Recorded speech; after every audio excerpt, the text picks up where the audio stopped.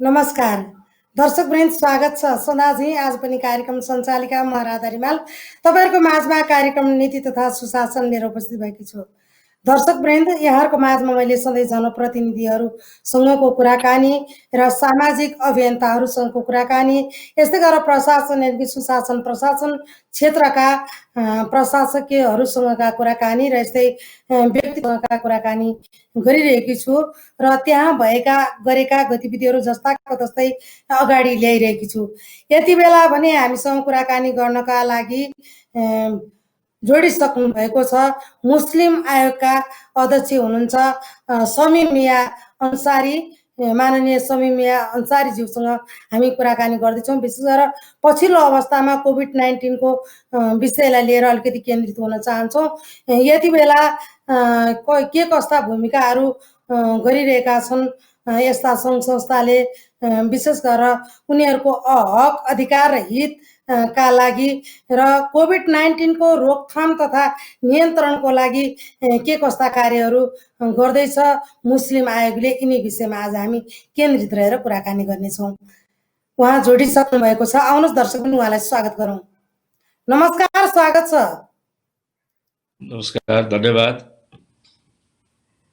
पछिल्लो अवस्थामा हामी कोभिड-19 कै विषयमा अलिकति केन्द्रित रहन्छौँ।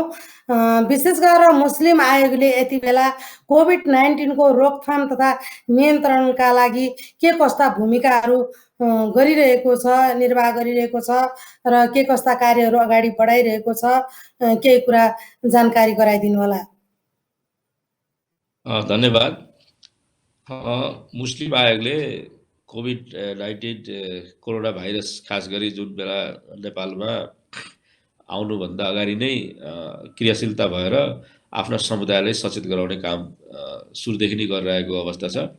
यहाँसम्म लकडाउन सुरु हुँदा अगाडि जुन नेपाल सरकारको 25 जनाभन्दा बढी भिडभाड नदिने भने जुन एउटा सर्कुलर आयो, त्यही अनुरूप मुस्लिम आयोगले चाहिँ देशभरि नै मस्जिद मदरसाहरूमा चाहिँ मदरसाहरू बन्द गर्नको लागि मस्जिदहरूमा पनि 25 जनाभन्दा बढी चाहिँ नमाज नपढ्नको लागि हामीले चाहिँ सर्कुलर जारी गऱ्यौँ। समुदायलाई सचेत गराउँदै अपिल गऱ्यौँ र त्यसको पूर्ण रूपमा पालना भएको अवस्था छ। र लकडाउन पश्चात पनि आयोगले चाहिँ आफ्नो भूमिका निर्वाह गरेर समुदायलाई सचेत गराउँदै र पूर्ण रूपमा लकडाउनलाई पालना गराउनको लागि मुस्लिम आयोगले आफ्नो चाहिँ एउटा चाहिँ जुन किसिमको देखाउनु पर्ने त्यो चाहिँ देखाएको अवस्था रह्यो र पूर्ण रूपमा चाहिँ समुदायले पनि पालन गरेको अवस्था चाहिँ रह्यो। र हामीले चाहिँ पटक पटक चाहिँ समुदायलाई चाहिँ सचेत गराउँदै र यो कोरोना भाइरसबाट चाहिँ आफू पनि बस्नु र अरूलाई पनि बचाउनको लागि हामीले चाहिँ जुन किसिमको एउटा चाहिँ सिङ्गो मुस्लिम आयोगले भूमिका निर्वाह गर्यो, यसमा सम्पूर्ण हाम्रो चाहिँ आयोगका कर्मचारीदेखि लिएर र अन्य पनि हामीले त्यसपछि चाहिँ जिल्लाहरूमा चाहिँ अनुगमन समिति हामीले चाहिँ गठन गऱ्यौँ ताकि चाहिँ हरेक जिल्लामा चाहिँ सहजीकरण होस्, प्रशासनलाई सहजीकरण होस्। र यसरी नै हामीले चाहिँ जिल्लाभरि चाहिँ अधिकांश जिल्लामा चाहिँ हामीले चाहिँ अनुगमन समिति गठन गऱ्यौँ र त्यो अनुगमन समितिले चाहिँ जिल्ला प्रशासन कार्यालयसँग समन्वयन गरेर स्वास्थ्य मन्त्रालयसँग समन्वयन गरेर र पूर्ण रूपमा चाहिँ कतिपय ठाउँमा चाहिँ स्वास्थ्य चाहिँ चेक जाँच गराउनेदेखि लिएर र मस्जिदमा चाहिँ भिडभाड हुन नदिनको लागि, मदरसामा भिडभाड हुन नदिनको लागि त्यो अनुगमन समितिले चाहिँ आफ्नो चाहिँ कामहरू अगाडि बढायो र यसले चाहिँ धेरै सहज भएको अवस्था छ। र अहिले चाहिँ समुदायमा साँच्चै नै यो आयोगको चाहिँ अति नै आवश्यकता थियो भन्ने कुरा चाहिँ अहिले सिङ्गो समुदायले नै यो कुराको मनन गरेको अवस्था छ। यहाँनिर विशेष गरेर अब मुस्लिम समुदायमा धेरै पर्वहरू पनि जुन राष्ट्रिय रूपमा मनाइने पर्वहरू पनि परे, यसलाई यहाँले कसरी म्यानेज गर्नुभयो? तथापि एउटा भनौँ स्वास्थ्यको दृष्टिकोणबाट पनि धेरै नै विभिन्न स्थानमा ती पिछडिएका पनि छन् कतिपय कुराहरू। मुस्लिम समुदायलाई कसरी उजागर गराइयो, जनचेतना कसरी फैलाइयो, यो विषयमा अलिकति केही स्पष्ट आफ्नो धारणा राखिदिनुहोस्। अवश्य पनि एकदमै च्यालेन्ज अवस्था थियो हाम्रो, किनभने यो लकडाउनको बेलामा सबभन्दा महान पर्व भनौँ जुन एउटा चाहिँ हाम्रो ईद उल फित्र हुन्छ र त्योभन्दा अगाडिको जुन एउटा चाहिँ पवित्र महिना रमजान महिना भनिन्छ, एक महिना व्रत बस्ने र त्यो एक महिना व्रत बस्दाखेरि अधिकांश चाहिँ मुस्लिम समुदाय चाहिँ बढी जस्तो समय आफ्नो चाहिँ मस्जिदमा नै बिताउने गर्छन्। 5 टाइमको नमाज पढ्नु सँगसँगै विशेष नमाज जुन तरावीको नमाज हुन्छ, राति चाहिँ इशा नमाज पछिको नमाज तरावी नमाज, र त्यो सबै सामूहिक रूपमा चाहिँ मनाउने चाहिँ एउटा चाहिँ नमाज पनि हो। र जुन 5 टाइमको नमाजदेखि लिएर इबादत गर्ने बढीभन्दा बढी चाहिँ समय चाहिँ मस्जिदमा नै बिताउने जुन एउटा चाहिँ यो महिना हो थियो, पवित्र महिना रमजान महिनाको। र त्यो महिनामा समेत जुन हाम्रो एउटा चाहिँ च्यालेन्जिङ कुरा थियो, त्यसलाई चाहिँ बडो चाहिँ सबैको साथ र सहयोगले मुस्लिम आयोगले उठाएको कदमलाई सिङ्गो समुदायले अहिलेको आवश्यकता, देशको परिस्थिति र देश जुन किसिमको अहिले सङ्कटमा परेको अवस्था छ, सिङ्गो देशवासीलाई यो महामारीबाट कसरी जोगाउने, त्यो सबै हामीले चाहिँ जुन एउटा चाहिँ समुदायलाई सचेत गरायौँ। र हुबहु समुदायले पनि त्यसको चाहिँ पालना गरेकोमा म सिङ्गो समुदायलाई नै धन्यवाद दिन चाहन्छु।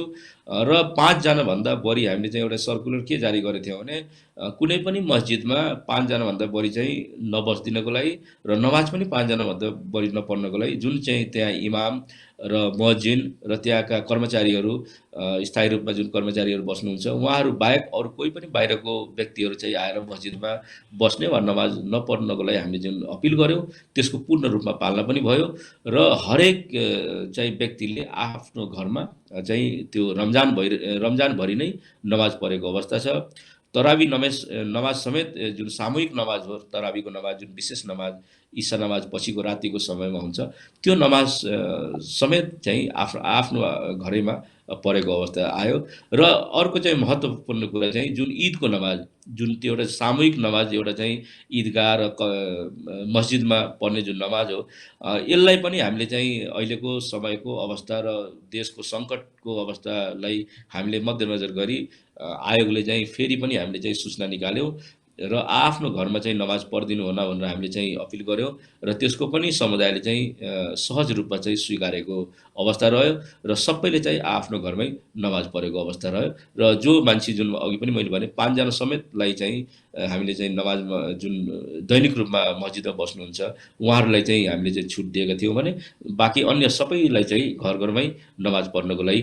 र जुन त्यो ईदको एउटा चाहिँ सेलिब्रेट भनौँ चाहिँ शुभकामना दिने, घरमा गएर चाहिँ एउटा चाहिँ खुसियाली आदान प्रदान गर्ने, सेवै खाने लगायतका कुराहरू पनि हामीले चाहिँ आफ्नो घरभन्दा बाहिर नगइदिनु होला। अहिलेको समयमा हामीले चाहिँ सामाजिक सञ्जाल मार्फत, फोन मार्फत हामीले चाहिँ शुभकामना आदान प्रदान गरौँ, न त कसैको घरमा गएर चाहिँ खानपिन गरेर अथवा शुभकामना आदान प्रदान गर्ने काम नगरौँ भनेपछि त्यसको पनि पूर्ण रूपमा चाहिँ पालना भएको अवस्था छ।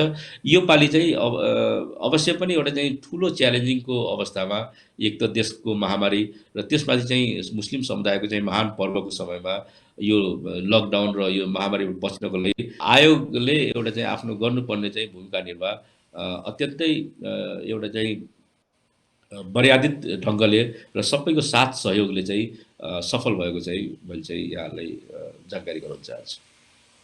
यति बेला यो विषम परिस्थितिमा विशेष गरेर यहाँलाई अब दबावमूलक पनि एउटा कुराहरू आएका थिए। म मुस्लिम समुदायमै विराटनगरमा चाहिँ केही मानिसहरू चाहिँ लुकी छिपी बस्दाखेरि पनि यो रोगले सङ्क्रमण गर्यो भन्ने कुराहरू आएका थिए। हो पनि कतिपय कुराहरू सत्य भने यसरी मुस्लिम समुदाय आफ्नै एउटा यहाँले भनिसक्नुभयो आफ्नै परम्परा, आफ्नै धर्म संस्कृतिमा चुर्लुममा डुबेको पनि एउटा भनौँ निश्चित रूपमा गर्ने उहाँहरूको एउटा भनौँ व्यवहारहरू छन्। यी व्यवहारहरूलाई अझै चिर्नका लागि भनौँ यसलाई कोभिड-19कै विषयमा चाहिँ केन्द्रित रहेर विशेष गरेर घरभित्रै बस्नको लागि एउटा स्वास्थ्य, सामाजिक क्षेत्र, सामाजिक दूरीहरू कायम गर्दै यहाँले कतिवटा स्थानमा अहिलेसम्म अनुगमन गर्नुभयो र उहाँहरूलाई प्रेरणा दिनुभयो र यी सन्देशहरू प्रभाव भए। यहाँले अब राष्ट्रपति समक्ष एउटा प्रतिवेदन पनि बुझाउनै पर्छ, कसरी तयार गरिरहनु भएको छ यो विषयमा आज माननीयज्यू स्पष्ट केही आफ्ना कुराहरू राखिदिनुहोस्।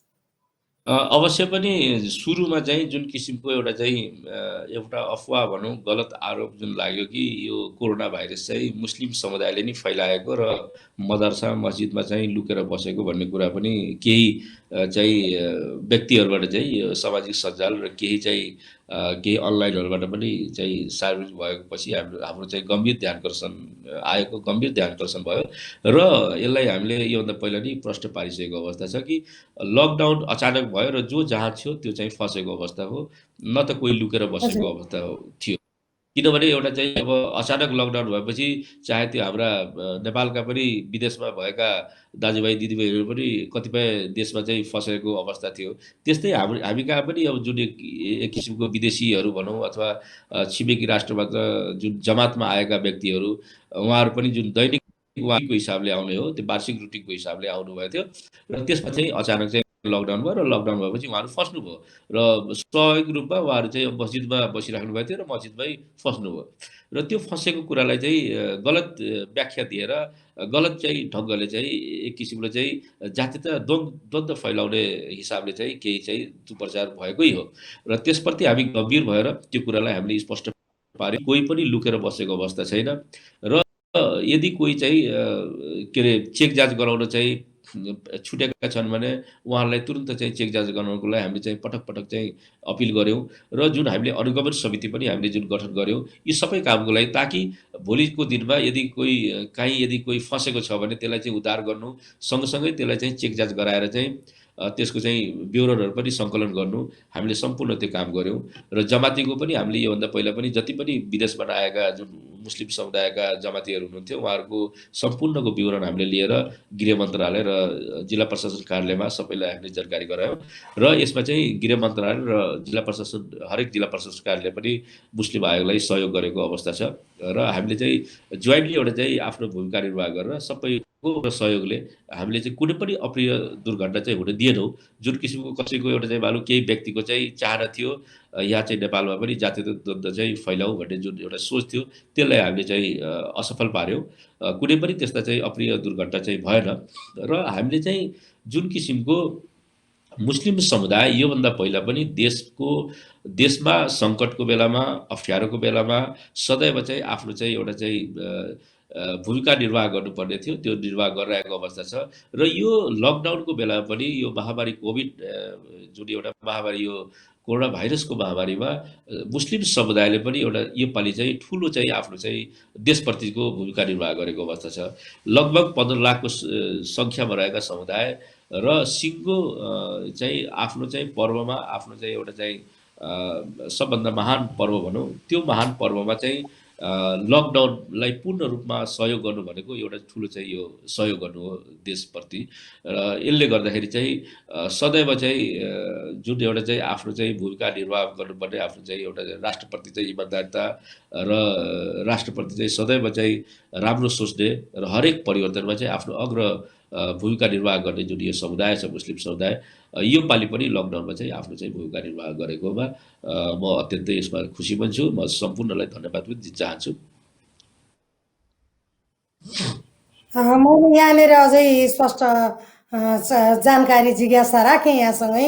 जस्तो मेचीदेखि महाकालीसम्मकै जुन मुस्लिम समुदाय छ उहाँहरूलाई पछिल्लो अवस्थामा समस्या के परेको थियो र आएको तर्फबाट अझै राहत स्वास्थ्य लगायतका कुराहरूमा के कसरी चाहिँ सहजीकरण गरियो यो बारेमा यहाँको स्पष्ट भनाइहरू राखिदिनुहोस्। म जिज्ञासा राख्न समस्या अब मेचीदेखि महाकाली नै मुस्लिम समुदायहरू छरेर बसेका छन् र अघि हजुरले जुन एउटा प्रश्न राख्नु मैले जवाब दिनु बिर्सेको थिएँ कति जिल्लामा भने लगभग हामीले 40 जिल्लामा चाहिँ अनुगमन समिति हामीले चाहिँ गठन गरेका थियौँ र सबै जिल्लामा चाहिँ अनुगमन समितिका हाम्रा चाहिँ पदाधिकारीहरूले चाहिँ जिल्ला प्रशासन कार्यालय प्रमुखसँग समन्वयन गरेर जिल्ला प्रहरी कार्यालय प्रमुखसँग समन्वय गरेर र हरेक जिल्लाका जस्तो नगरपालिका हरूसँग गाउँपालिकाहरूसँग चाहिँ समन्वयन गरेर स्वास्थ्य चाहिँ जुन त्यहाँका निकायहरूसँग समन्वयन गरेर उहाँले चाहिँ राम्रो काम गर्नुभएको अवस्था छ। अहिले पनि गरिराख्नु भएको छ कतिपय ठाउँमा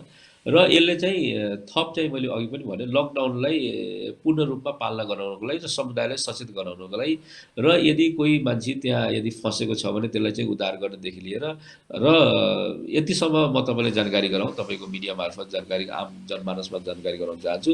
जुन सुरुमा बाँकेमा जुन सङ्क्रमण भेटियो एउटा चाहिँ मौलवीको एउटा मौलानाको जुन पोजिटिभ देखियो, त्यो चाहिँ हाम्रा बाँकेका अनुगमन समितिका क्रियाशीलताले गर्दाखेरि त्यो ठाउँमा चाहिँ त्यो मस्जिदमा चाहिँ के अरे स्वास्थ्य कर्मीलाई लगेर त्यहाँ चेक जाँच गराएपछि बल्ल त्यहाँबाट चाहिँ एकजनामा पोजिटिभ आयो, त्यसपछि चाहिँ थप अन्य चाहिँ व्यक्तिमा चाहिँ सङ्क्रमण फेला पर्यो।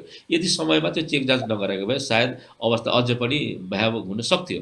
त्यस कारणले त्यो सबै जिल्लामा चाहिँ लगभग चाहिँ हाम्रा अनुगमन समितिका साथीहरूले चाहिँ यस्ता क्रियाशीलता देखाएर आफ्नो चाहिँ कामप्रति चाहिँ इमान्दारिता देखाएर आफ्नो समय चाहिँ के अरे समुदायको लागि देशको लागि चाहिँ आफ्नो समय पूर्ण रूपमा चाहिँ दिएर भोलिन्टियर रूपमा, कसैलाई चाहिँ भत्ता सत्ता पनि सुविधा छैन, यहाँलाई यो पनि जानकारी गराउन चाहन्छु। भोलिन्टियर रूपमा चाहिँ उहाँहरूले चाहिँ खट्नु भएको छ।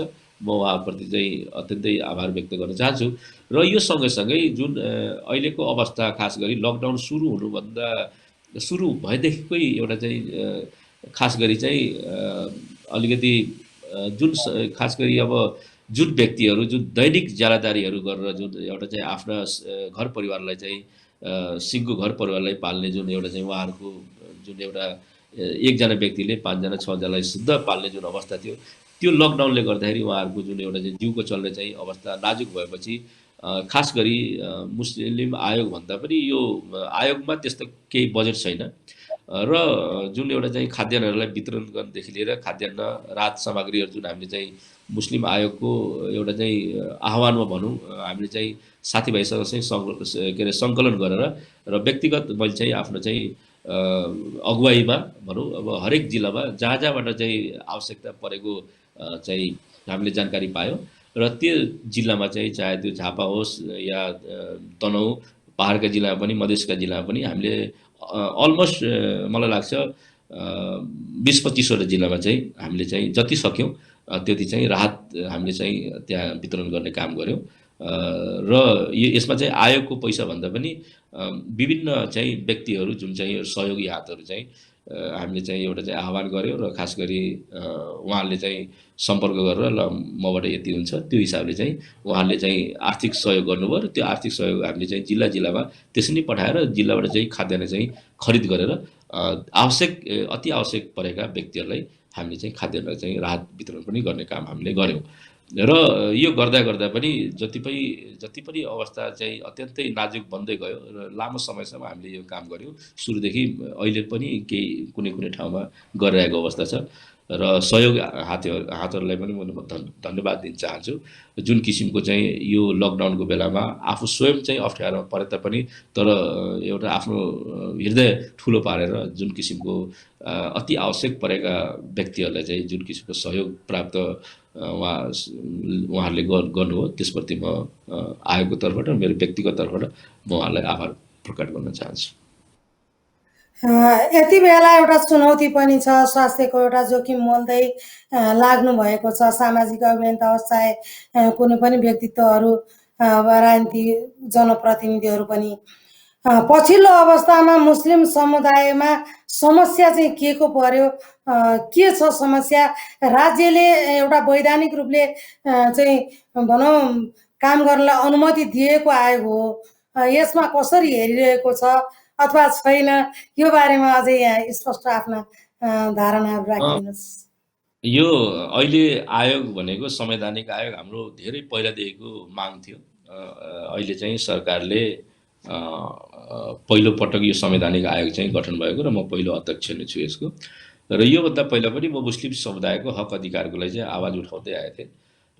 म विगत लामो समयदेखि चाहिँ मुस्लिम समुदायको लागि, मुस्लिम समुदायको उत्थान विकासको लागि र हक अधिकारको लागि चाहिँ सङ्घर्ष गर्दै यहाँसम्म आइपुगेको छु र मुस्लिम समुदायको अवस्था आवश्यकता केही हदसम्म म यसप्रति चाहिँ एकदमै मतलब जानकारी नै छु, किनभने म धेरै जिल्लाहरू पनि भ्रमण गरेको छु, धेरै जिल्लाको अवस्था पनि मलाई जानकारी छ।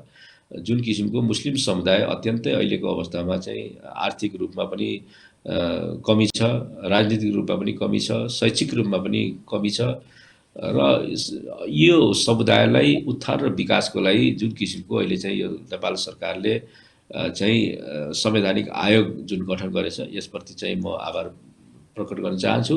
र ढिलो भए तापनि चाहिँ आयोग गठन भयो र आयोगले चाहिँ मुस्लिम समुदायको उत्थान विकास र यसको चाहिँ आवश्यकता यी सम्पूर्ण चाहिँ सरकारलाई चाहिँ हामीले चाहिँ अब जानकारी गराउने, सरकारसँग चाहिँ मुस्लिम समुदायको उत्थान र विकासको लागि यसको चाहिँ नीति निर्माण चाहिँ हामीले चाहिँ तयार गरेर चाहिँ सरकार समक्ष चाहिँ हामीले बुझाउने नै हो।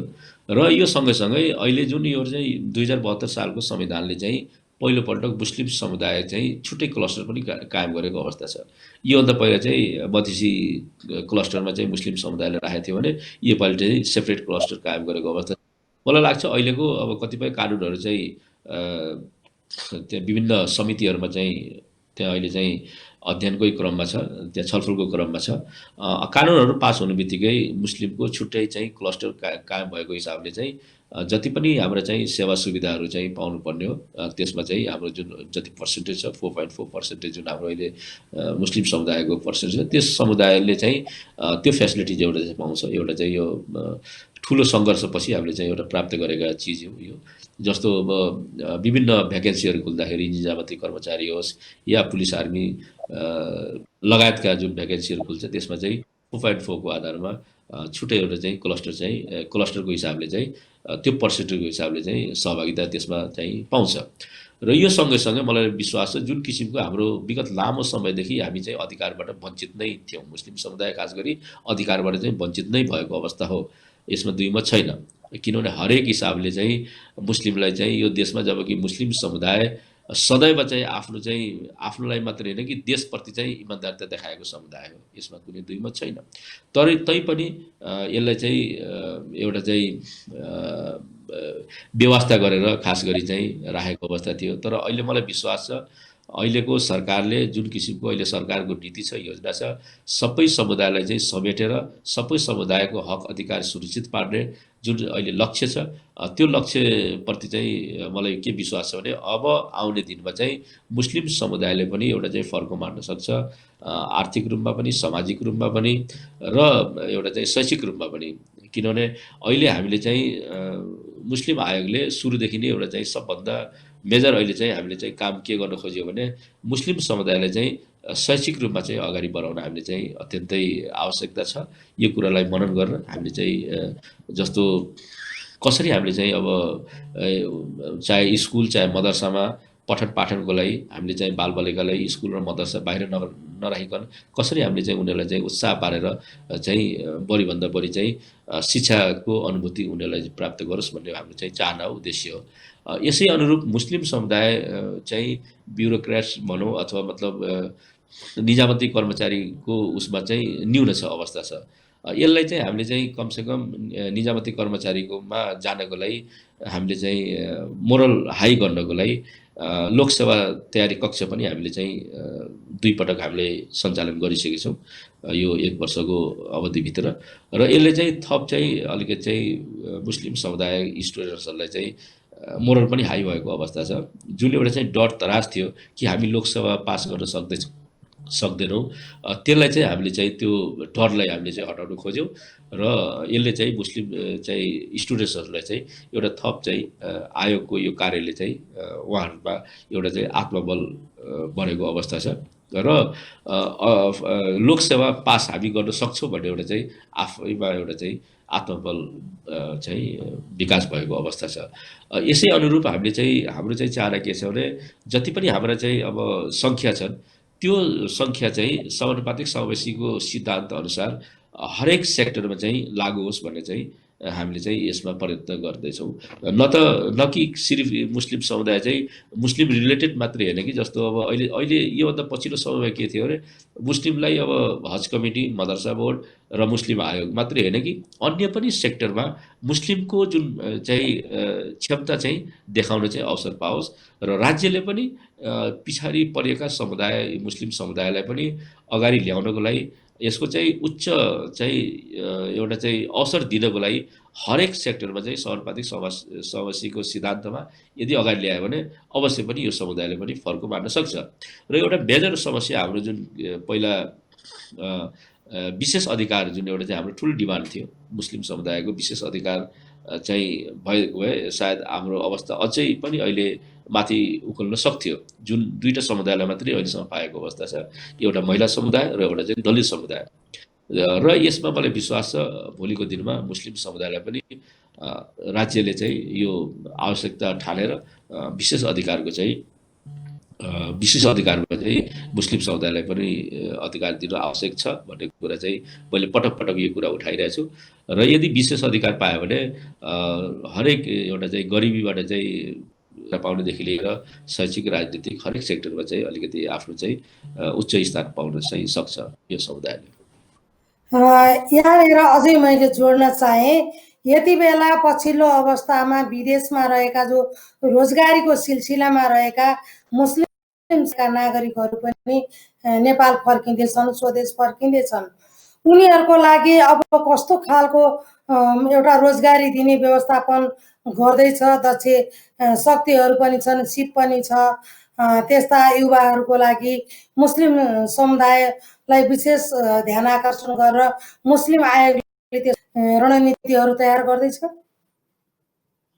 अवश्य पनि अब यसमा अहिले चाहिँ सरकारको जुन नीति पनि छ कि विदेशबाट आएका चाहिँ अब हाम्रा नेपाली दाजुभाइहरूलाई चाहिँ रोजगारको चाहिँ व्यवस्थापन गर्ने र उनीहरूलाई चाहिँ एउटा ऋण उपलब्ध गराउनेदेखि लिएर हरेक चाहिँ सेक्टरमा चाहिँ सहुलियतको हिसाबले चाहिँ अगाडि बढाउने जुन उद्देश्य छ, यसमा अवश्य पनि मुस्लिम समुदाय पनि पर्नुपर्छ। र मुस्लिम समुदाय खास गरी खाडी मुलुकमा चाहिँ सङ्ख्या बढी नै चाहिँ अहिले भएका समुदाय हो। मलाई लाग्छ कतारमा मात्रै लगभग 60,000 मुस्लिम मात्रै छन्। त्यहाँ लगभग 4 लाख हाराहारीको टोटल पपुलेसनमा, नेपालीको पपुलेसनमा 60,000 भन्दा बढी मुस्लिम नै त्यहाँ चाहिँ कतारमा हुन्छन्। त्यस्तै साउदीमा, दुबईमा, मलेसियामा लगायतका ठाउँमा चाहिँ मुस्लिमहरूको चाहिँ बढी नै त्यहाँ रोजगार गरिरहेको अवस्था छ। र ती सबैको अहिले चाहिँ रोजगार गुमेको अवस्था छ र अहिले स्वदेश फर्किने अवस्था भइरहेको अवस्था छ। र अहिले चाहिँ जुन लकडाउनको यो के अरे कोरोना भाइरसको महामारीले सिङ्गो देश नै अहिले चाहिँ सङ्कटको अवस्थामा छ। र यसमा चाहिँ थप च्यालेन्जिङ, थप चुनौतीको चाहिँ समय हो यो। र यसलाई चाहिँ मलाई विश्वास छ नेपाल सरकारले कुनै एउटा जातीय समूहभन्दा पनि सबैलाई समेटेर त्यो रोजगारको चाहिँ सिर्जना वातावरण चाहिँ नेपाल सरकारले चाहिँ अवश्य पनि सोचिसकेछ। र यसमा मुस्लिम आयोगले चाहिँ गर्नुपर्ने आफ्नो चाहिँ सरकार समक्ष घचघचाउनु पर्ने, जुन जानकारी गराउनु पर्ने त्यो काम हामी गर्छौँ। र मलाई विश्वास छ अहिलेको जो पनि फर्केर आउनुहुन्छ हाम्रा दाजुभाइ दिदीबहिनी बहिनीहरू विदेशबाट, उहाँहरूलाई उचित सम्मानका साथ यहाँ चाहिँ रोजगारको व्यवस्था चाहिँ हुन्छ नै, यसमा कुनै दुई मत छैन। यहाँनिर मलाई अझै जिज्ञासा लाग्यो, जस्तो नेपालमा हामीले मुस्लिम समुदायले मनाउने जुन पर्वहरू छन्, ईदहरू, यिनीहरू नेपालमै गर्न सकिन्छ कि सकिँदैन? एउटा मुस्लिम आयोगको अध्यक्षको हैसियतले भन्नुपर्दा तपाईँले यी राष्ट्रिय पुँजी नै हुन्, यिनीहरू जसरी गए पनि आखिर विदेशमा अर्को दोस्रो तेस्रो मुलुकमा गइरहँदा यसलाई यही व्यवस्थापन गर्न सकिँदैन नेपालमै यस्ता चाडपर्वहरू मनाउने वातावरण? होइन, यो चाडपर्व त जुन एउटा हाम्रो भनौँ न अब मुस्लिम समुदायको जुन चाडपर्व छ त्यो विश्वभर नि त्यसको एउटै ढाँचा हो, एउटै हो। त्यो एक दिन तलमाथि हुन्छ, नभए चाहिँ त्यसको एउटै हो, सिस्टम एउटै हो, बनाउन नसक्ने कुरै छैन। र मैले चाहिँ पटक पटक भन्दै आएको थिएँ, नेपालमै यदि हामीले चाहिँ राम्रो चाहिँ रोजगारको व्यवस्था भयो भने कोही विदेश पलायन हुनुभन्दा नेपालमै बस्यो भने अत्यन्तै त्यो राम्रो कुरा हो। र कतिपय हाम्रा नेपाली दाजुभाइहरू चाहिँ विदेशमा गएर नेपालमा कमाउनुभन्दा पनि कम पैसामा उहाँहरू चित्त बुझाउनु पर्ने अवस्था हुन्छ।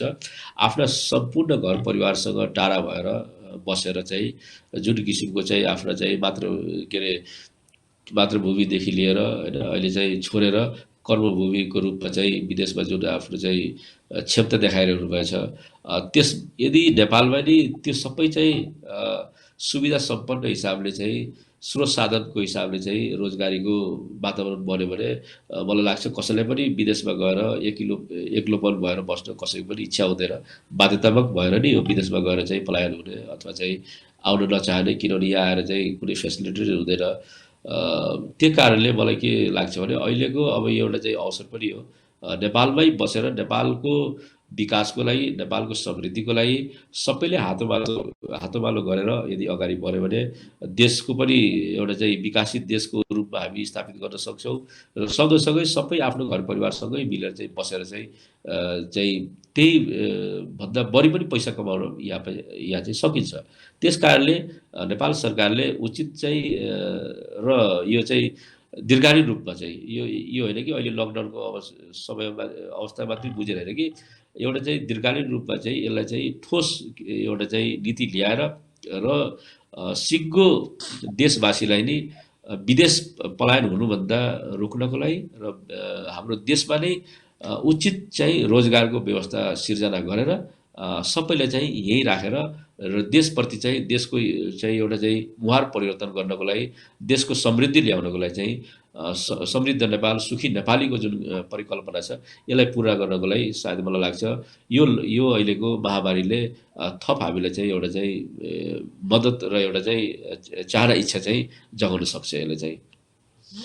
हस् सर, धेरै धेरै धन्यवाद छ यहाँको अत्यन्तै अमूल्य समय, महत्त्वपूर्ण सान्दर्भिक कुराहरूको लागि। हामी कार्यक्रमको अन्ततिर आइसकेका छौँ। यति बेला भने तपाईँको तर्फबाट आम नागरिक र सङ्घीय सरकार, प्रादेशिक सरकार, स्थानीय तहको सरकारलाई केही भनाइ छन् भने राखिदिनुहोस्। हामी कार्यक्रम नीति तथा सुशासनमा छौँ। यो देशको समृद्धि, सुशासन, सदाचारका लागि निरन्तर लागि परेको छ। टेलिभिजन को यो कार्यक्रम नीति तथा सुशासनमा हामीले उजागर गर्ने गरेका छौँ। तिनै तहमा भएर गरेका सरकारका गतिविधि जस्ताको तस्तै यहाँका केही भनाइ छन् भने राखिदिनुहोस्। हामी छुट्टिन्छौँ पनि। हस्, धन्यवाद। म यो अन्तिम समयमा म फेरि पनि सम्पूर्ण नेपाली दाजुभाइ दिदीबहिनीहरूमा म आग्रह गर्न चाहन्छु। यो कोरोना भाइरसको जुन अहिले पनि समाप्त भइसकेको अवस्था छैन, बरु अहिले चाहिँ झन्झन बढ्दै गइरहेको अवस्था छ, सङ्क्रमितहरू बढ्दै गइरहेको। यसमा अझ पनि हामीले थप सावधानी अपनाउनु पर्ने आवश्यकता छ।